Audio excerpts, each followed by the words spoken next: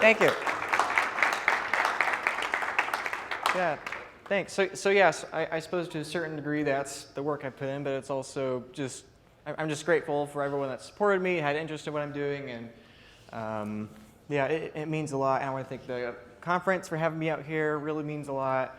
That the last few months have been really incredible, and to meet so many people that have been supporting me from afar and cheering me on means a lot too. So really appreciate it. Should I just get going here? All right. Well, without further ado, at 8:40 a.m. or whatever it is, let's talk about CBDCs. Fun, right? Yeah, wonderful, optimistic. So CBDCs, title being Welcome to the Matrix. So when I was putting the slideshow together and thinking about what I wanted to talk about in regards to CBDCs, I think the easy thing, or perhaps the most common thing to do, would have been to give examples and cite newspapers and all the sphere of things to come and that sort. And I think that's true, but I wanted to have a different angle today, perhaps, that hopefully will be of use to you in a different perspective.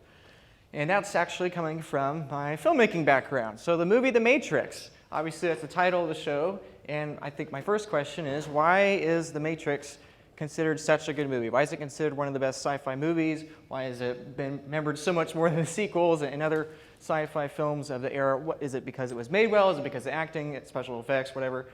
I think so, because it was made very well, but I think the larger reason that it's permeated culture so much is that it has this question of what if everything is a lie?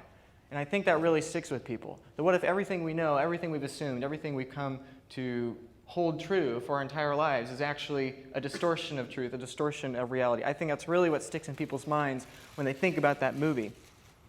And so, obviously making the parallel to fiat currency here, that would be the argument with fiat currency, that for most of our lives, or perhaps our entire lives, we have had this assumption of what money is and what money does and how money operates and how it works. And that's the whole Bitcoin thesis. That's why we're here, that basically we've had this epiphany, we've had this realization that, wait a second, what if our assumptions are wrong? What if they're actually different? And so this chart on the screen here, I don't know how many of you have seen that. I posted it online. It was one of those from the first thread I mentioned just a few minutes ago. But in the green line here, what you have is the S&P 500 over the last 50 years, I believe. I can't quite see it, but about 50 years or so. And in the blue line, you have the money supply of the United States. And if you'll notice, there's a little bit of a similarity there. And the larger point being that we assume that the stock market goes up, when in reality, if you divide it by the amount of currency units, it's actually a distortion of reality. And so, is this true for the whole world? No, not really. The United States especially is an exception, the West in general, but particularly the United States. In the blue line, you have the United States stock market, and the orange line, you have basically the rest of the world. And as you can see, over the last 15 years or so, the rest of the world's negative 17%. So 17-18%, and the U.S. is still up 150% or so, even despite the most recent decline in the stock market. And why is this? It's because if our currency is a distortion of the truth, if our currency is a manipulation, well, then the stock market is going to become manipulated. And that monetary premium that we'd be giving to the currency instead is flowing into the stock market. And so what does it have to do with CBDCs? My larger point being is that we have this assumption that CBDCs are coming and they're going to be awful and they're going to be this thing that's ever approaching.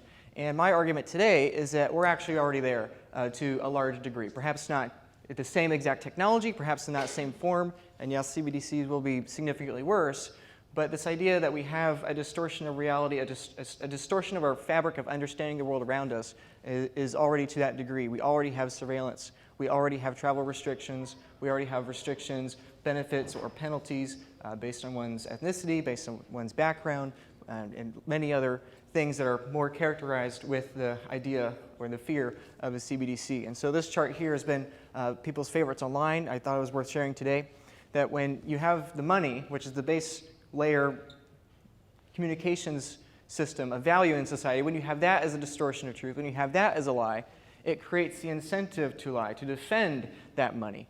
And when that happens, you have the society that's built on lies, which then feeds back into the incentive structure, feeds back into the money perpetually again and again and again. And so CBDCs, obviously, when it makes the headlines, people talk about it, they talk about the societal implications. They talk about how this could be bad or this will be a disaster or whatever. And so if we talk about polarization, because that's one of the things that comes with CBDCs, fear of polarization, I would make the argument that we are already past that supposed threshold that we tend to have in our minds, this imaginary line in the future. I would argue that we've already crossed that, and CBDCs are just the next logical step in that trajectory. So obviously, money is just information, as my friend Greg would say, and Jeff Booth, and many other folks in the Bitcoin space. Money is just information. And when the money is a lie, the base layer of information, all other forms of information have to become a lie as well to defend that base layer lie. So the blue line over there is the Google Trends term of the word misinformation. And on the right, you have the polarization of the left and the right over the last few decades.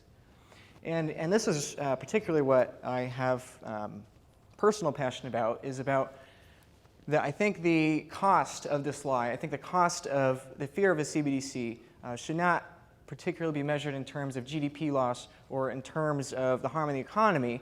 I think perhaps a much more accurate measure in defining the cost of this fear is the cost of human life.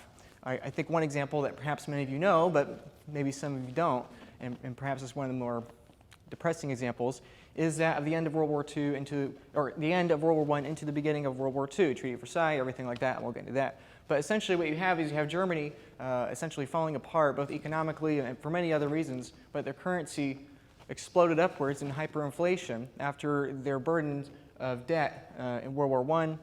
And because society was collapsing from this intangible cause, they wanted to find a tangible scapegoat. Before hyperinflation, the Nazi Party had roughly 2% of the popular vote. After hyperinflation, between a series of votes, controversy, and a much longer story, eventually Hitler came to power.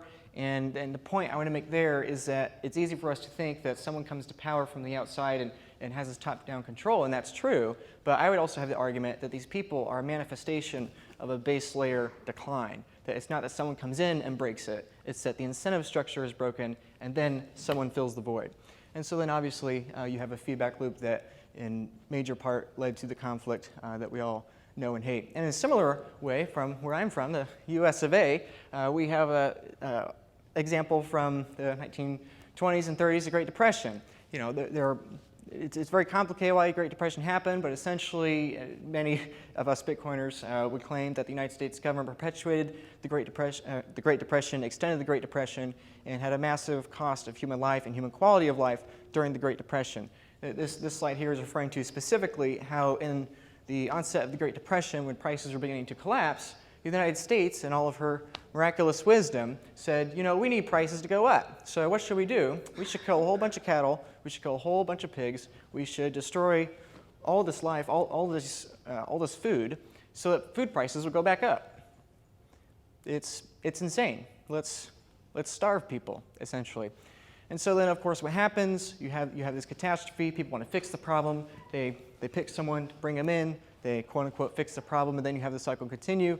Obviously, we can go into a more recent example of 2008. You have an intangible problem, the ledger being corrupted, then something happens, the left and the right, they pick their own people to blame, and then continues. I think we all understand that. And so again, my point being that while CBDCs are a major concern, and I think that they are at least an order of magnitude more dramatic than perhaps what we have today, I think already to a certain extent we have a form of propaganda. We like to think that CBDCs are going to be propaganda and it's going to be this major dystopian world, and I would argue that it looks a little bit like propaganda to me already. And so let's skip that. We don't have time for that. So the ultimate point here is that if we are in the matrix, for the proverbial monetary matrix, we have this worldview that essentially is not lining up with reality. And then there is reality, and it's just a matter of determining which is which. And so most people, when they look outwards into the world, when they're trying to understand what's really going on, they're looking at the left chart.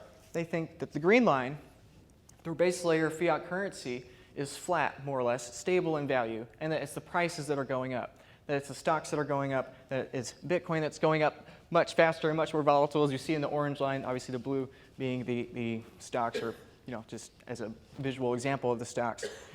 And I think perhaps, and I think very likely, what is much more in line with the truth is on the right. You have an orange line that is Bitcoin, as Greg and I were talking outside with a few other people about Jeff Booth's comments of it being an accurate meter stick or an accurate yardstick, essentially. If you have a closed system, all these other open systems should decline in value perpetually. And I know that many have heard that engineering phrase thrown around, but I would argue in terms of lie and truth, how do you price truth in terms of lies? How do you do that? the truth goes up forever against the lie, and likewise the lie goes down forever against the truth. And that's why fundamentally, online when I say that Bitcoin is going to some crazy fiat price, people give me all this hate online. I mean, ultimately, I don't think it's that absurd. I think even if the lie were to continue forever, and I hope it doesn't, reality is that it should just continue to become worth less and less in comparison to the truth. In the same way with the film The Matrix, the concept of the Matrix, what is the price of reality in terms of a computer simulation? It's the same idea. Whoops, I went back, sorry. Yeah, so ultimately, I believe that the lie will grow.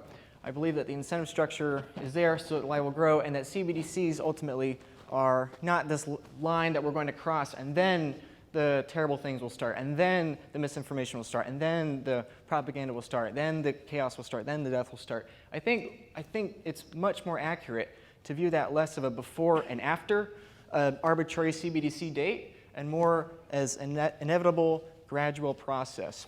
To give 3 brief examples, the first example being North Korea. Canada 2 days ago crossed 40 million people, congrats by the way, in your population, a lot of immigrants coming in here, and they're coming here, and they're not going to places like North Korea. North Korea has 25 million people, they have no property rights, they've not had property rights for a long time, and I would argue that for them, the fears that we have of the CBDC is already manifested for them, that they already have those fears. I think a second example, not from top-down tyranny, I was fortunate enough to go to Guatemala recently. One of my friend, the cameraman over here, also made a recent documentary in Guatemala, and I love that country. It's a beautiful country, beautiful people. Bitcoin Lake, if you go there, wonderful place. But Guatemala has 17 million people, and 80% of their rural population is still cooking over open flame, oftentimes inside their house, which means that their children are breathing the smoke 4 to 6 hours a day. They don't have education. The men often come to the United States to work. They send money back to their families. The women are busy chopping down wood. They're destroying the forests. They're going to rent out in not the too distant future here. And so ultimately, that's a different form of repression. It's not as perhaps dramatic as North Korea. It's not perhaps as dystopian in our perception. But in reality, it's a very similar process. That they come to the United States takes anywhere from 5 to 10% of their income via our inflation, and then Guatemala also takes, say 5 to 15% via their inflation, and then you have remittances, and then you have taxes. Essentially, the poorest people in the world are the ones that are facing these negative consequences of this CBDC-esque kind of tyranny. And then the third example, and perhaps this is the most controversial one, but it is regarding war. We have this fear, or at least in my perception of what we think of CBDCs and our fear of CBDCs, we have this view that, when CBDCs come, that'll be war and revolution and chaos and violence. And I think that's true, and I think it will get worse, but I think it's critical to remember that there is also violence going on today. Obviously, we have the conflict between Russia and Ukraine, and it's horrible and it's terrifying that we have both NATO and Russia, major military powers. It's awful. But I think it's also important to remember that there are 17 armed conflicts currently going on in the world, and Russia and Ukraine are one of them. And that 12 of those 17 conflicts have a higher cumulative death toll than the conflict in Russia and Ukraine when you include for famine. And I think that's not to say that, you didn't know, whatever. That's to make a very distinct point, that I think within the matrix, within this proverbial monetary matrix, it is the incentive of this system of lies to always dangle a carrot down the line, down the timeline into the future and say, look at this scary thing that's coming, look at this scary thing that's coming, and have everyone focus on that. That way we can quibble about what politicians to elect, we can watch more media, we can have more clicks, we can have more engagement, whatever. And I think that's actually part of the strategy. I think that's a logical way to distract people from the disaster going on in the present. And so ultimately, I think the ultimate fear with a CBDC is that essentially the government takes your money, the government takes your property rights, the country ends in war, you have massive famine, and eventually you and your family starve. I think, and then you're wiped off the list. No one remembers you exist. And again, my point, not to be too dramatic, but I think to a large extent, many parts of the world already have this fear that we in the West think is in the future. For them, it's already reality. Those 12 wars, I said, is roughly 5 to 8 million people And that 3 million discrepancy is just because we don't know. For them, they have been wiped, and we just don't know the extent. And so ultimately, my larger point is that while concerns for CBDC I think are critical and important, I think it's also critical and important to remember that the problem is not some future thing that we have to worry about. I think we have to remember that the problem is already here, and that instead of obsessing on this line, we should remember that this is happening today. And so the beautiful thing is that even though I believe the problem is already here today and it's already a disaster and all of our worst fears are already here for millions and tens of millions of people, the beautiful thing is that the solution is already here. We don't have to wait for someday when there's hyper-Bitcoinization. You know, we have the solution today. The solution is Bitcoin. The solution is designed not to change at the base layer, and it's designed to be a solution for everyone right now. And that's the beautiful thing. Anyway, I find that beautiful. And that even though within the fiat system, within the matrix, within the lie has to get worse, the misinformation has to get worse, the centralization has to get worse, the corruption, the propaganda, all these things have to get worse over time. Hopefully, the global share of economy or the global share of the world's population that are in that system continues to decline, hopefully forever, as people transition out of the simulation, out of the matrix, out of the perverted perception of the world and into the accurate perception. My clock has died here. I don't know how long I have it. But anyway, I'm almost done. So yeah, so I hope that this bifurcation becomes more and more obvious to people. I do think that there is going to be a massive amount of chaos and death within the paradigm of lies, but I think within the paradigm of truth, I think it's a beautiful thing, and that's why it's so meaningful to be here with you all, because it's like we're living it. We're living it. We see people, everyday people, organizations, companies. We see new funds. We see new voices. We see new perspectives, and that's a beautiful thing, that the solution is here today. And so I hope that bifurcation continues, and anyway, yeah. That's a little dark, but anyway. So to come back to the movie The Matrix, in conclusion, I think ultimately in thinking about it for your own personal life, is that physical cash is going away one way or another. I think we all know that. Even if you don't think Bitcoin's cool, or even if someone's a big FTT token fan, I think we all can agree that physical cash is going away one way or another as we become more and more internet native, as younger generations come along. And so I would propose that this bifurcation will end up in these two options. Either you have only Bitcoin or you have only CBDC, essentially, where those are one of the two paths. And so if that's most probably the bifurcation will end up at, my encouragement is why not just start making that decision today? You know, and that's why I always encourage people to get off zero. Hopefully everyone here has gotten off zero. I'm sure you all are.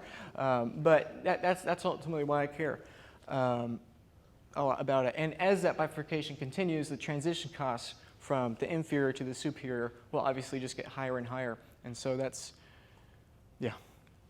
And so I would read this quote from the movie, because I think it's really relevant to the discussion here.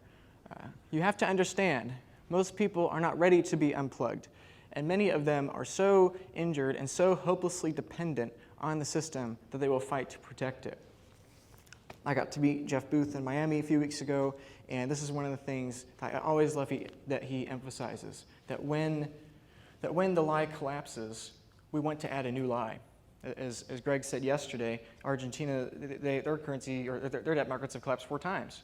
Every time a lie collapses, we just want to put a new lie. And that's what I'm referring to with the examples of the Great Depression and the World Wars and everything of that sort, is that when the lie collapses, we don't want to accept that it's died. And so we just want to put in a new lie. And oftentimes we want to make that new lie bigger than the last. And so ultimately that's why I believe Bitcoin's offensive. I think that's why people are so resistant against it. They don't want to hear about the CBDCs, because they don't want to accept that it has to get worse. They don't want to accept that they've been in this perverted worldview for perhaps most of their life, or perhaps all of their life. And so I think that's why it's offensive, that it's an inherent admission that we have essentially been wrong. I was wrong about Bitcoin. I thought it was a scam. I thought it was a speculation. I thought it was a whatever. And I was wrong, at least in my estimation. And I think most of us have gone through or are currently going through that process. And so I think that's why it's really important to have patience with people that are still very early in that process and aren't yet ready to admit that perhaps their view of the world is not what they think it is. So yeah, choice is yours. Hopefully you all have made the choice to start transitioning into Bitcoin. And ultimately lasting point, I hope, is what I said earlier, that CBDCs are more or less already here. You know, in Canada, it's you guys are farther along than we are, let's say. You know, obviously you have the trucker convoy a couple years ago. You have all these restrictions. It's just insane. You know, when I come here and I've heard people's stories about the kind of restrictions you guys had, I mean, it's remarkable, and it's really awesome that you guys have persevered through that. I know there's challenges, and I guess I'm just super proud of you guys. So I am working on a movie. If you want to support that, it would mean the world to me. And I also want to thank the Orange Pill app. They have been sponsoring my podcast. I would not have been able to be here without them. So I want to thank you all for your time, for hearing me, for supporting me online, for saying wonderful, kind things to me in person. I want to thank the Bitcoin Conference and everyone involved there, my friends. It means a lot. And ultimately, in the way I think that we should calculate the cost of a life or the cost of a CBDC in terms of human life, I think the beautiful thing about Bitcoin is that the best way to calculate its future value for society is not in terms of price, not in terms of price projections or targets, but in the total cumulative amount of preventable death that we can eliminate from our future. As Greg says, we don't know the future, there's only probabilities, and I'm glad and I'm confident and I'm hopeful that Bitcoin can sway those probabilities more in favor for everyone in the world, both those far and close to us. So thank you for your time, it means a lot.